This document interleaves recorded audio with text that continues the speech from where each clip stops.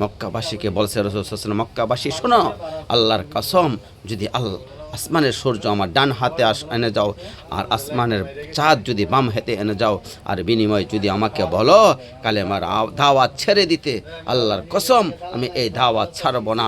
হয় এই দাওয়াত জমিনে বাস্তবায়ন হবে, আর না হয় শহীদ হয়ে আল্লাহর কাছে চলে যাব। খালাস, এই দুই হিসাব। আত্মা মুনাফিজাহা আল মউতা ইলাল্লাহ, হয় মরব, না হয় জমিনে কালেমা বাস্তবায়ন করব। ডু আর ডিও, সাধন নাই তো শরীর পাথর, বাংলায় প্রবাদ আছে। আমার মিশর এটা। তো 10টি বছর আল্লাহর নবী সাল্লাল্লাহু আলাইহি সাল্লাম তখন এই অব্যাহত কালেমার দাওয়াত দিলেন।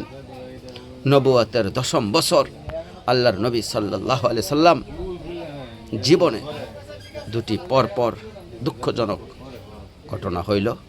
একটা হলো আল্লাহর নবী সাল্লাল্লাহু আলাইহি সাল্লামের চাচা আবু তালেব, তিনি ইন্তেকাল করলেন। এর 5-7 দিনের মাথায় 10ম বছর নবী সাল্লাল্লাহু আলাইহি সাল্লামের স্ত্রী আম্মা জান খাদিজা রাদিয়াল্লাহু তাআলা আনহা, তিনি ইন্তেকাল করলেন। একদিকে বাহির দিকে যিনি নবীকে ঘাড় দিতেন আবু তালেব, তিনিও ইন্তেকাল করছেন। আরেকদিকে ঘরে যিনি আগলায় রাখতেন, সারা দিনের মেহনতের পর বেচিত হৃদয় নিয়ে আল্লাহর নবী যখন ঘরে ফিরতেন, সেই স্ত্রী তাকে আদর ভালোবাসা দিয়ে বরণ করে নিতেন, তার সারা দিনের ক্লান্ত মুছি দিতেন। এই খাদিজা রাদিয়াল্লাহু তাআলা আনহা, তিনিও ইন্তেকাল করছেন।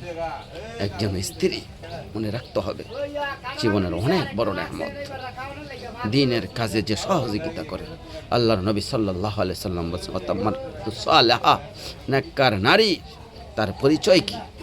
নেককার নারীর অন্যতম একটা পরিচয় হলো ওয়াতুহিম আলা দীনি জাওজিহা, ওই নারী নেককার, যে নারী তার স্বামীকে দ্বীনের কাজে সহযোগিতা করে। এটা প্রসঙ্গক্রমে বললাম, এটা অনেক বড়। আল্লাহর কাছে নেককার স্ত্রী চাইতে হয়, আল্লাহর কাছে নেককার নারী চাইতে হয়। আজকে যে কিশোর তরুণ নওজোয়ান, আমি দিবানিশি বলি, হায় নওজোয়ান, নিজে অনর্থক পরের নারী, পরের ছবি, জিনা বেবিচারের দৃশ্য, মোবাইলের এই উলঙ্গ নাচ গান, রাস্তার এই বেহায়া বেপর্দা নারী দেখে, মোবাইলে কিংবা সরাসরি দেখে নিজের আখলাক নিজের জিন্দেগি নষ্ট করে দিচ্ছ, তো বুঝবা, উপযুক্ত সময় হলে বুঝবা বন্ধু, একজন নেককার নারী না মিললে চরিত্রহীন। আল্লাহর ওয়াদা এটা, যেই পুরুষ খবিস, যেই পুরুষ নারীর সাথে অবৈধ অশ্লীল সম্পর্ক আছে, আল্লাহ তাআলা কোরআনে বলছে ওই হলো খবিস, আর তার স্ত্রীও মিলবে খবিস, খবিস স্ত্রী মিলবে। এজন্য আমি একজন শক্ত কথাটা বললাম। আজকা মানুষের বেরি দেখুন, এটা তো সহজ বিষয় মিয়া। ঘরের বউ যখন দেখবা 2 নম্বর 4 নম্বর, তখন বুঝবা দুনিয়া। মাস কয় দিনে যায়? মাস 24 থেকে 25 দিনে মাস যাইব, 30 যাইতো না, বছর পুরা যাইব 9 মাসে। তখন বুঝবা দুনিয়া কাকে বলে। তখন বুঝবা জাহান্নামের আগুন কবরে জ্বলে না, জাহান্নামের আগুন তোমার ঘরেও জ্বলে। এখনো যারা কিশোর তরুণ নওজোয়ান আছো ভাই, তোমাদের কাছে অনুরোধ ভাই বন্ধু, একজন হালাল পবিত্র স্ত্রীর জন্য অপেক্ষা করো, চরিত্রহীন হইও না দোস্ত।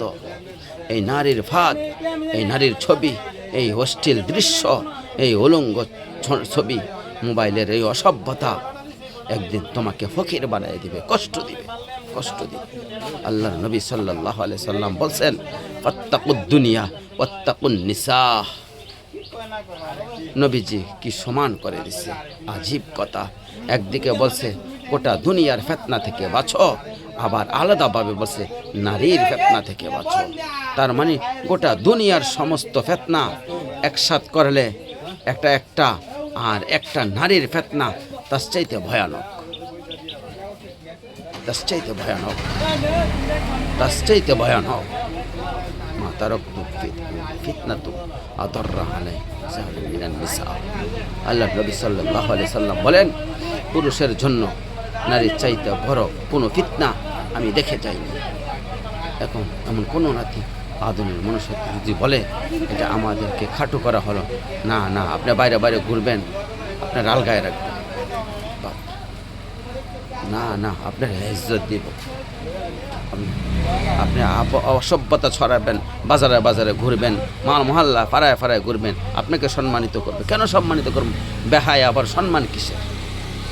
আল্লাহর রসুল সাল্লাল্লাহু আলাইহি ওয়াসাল্লাম ইজা মান তাস্তাকিম ফাস্তামাশি, নবী বলছে যখন কারো লজ্জা নাই, হায়া নাই, ফাস্তামাশিতা, যা মন চায় তা করতে পারে, তোর আবার কি? এই জন্য বেহায়া বেপর্দা নারীর জন্য মায়া কান্নার কোনো সুযোগ নেই, সুযোগই নেই।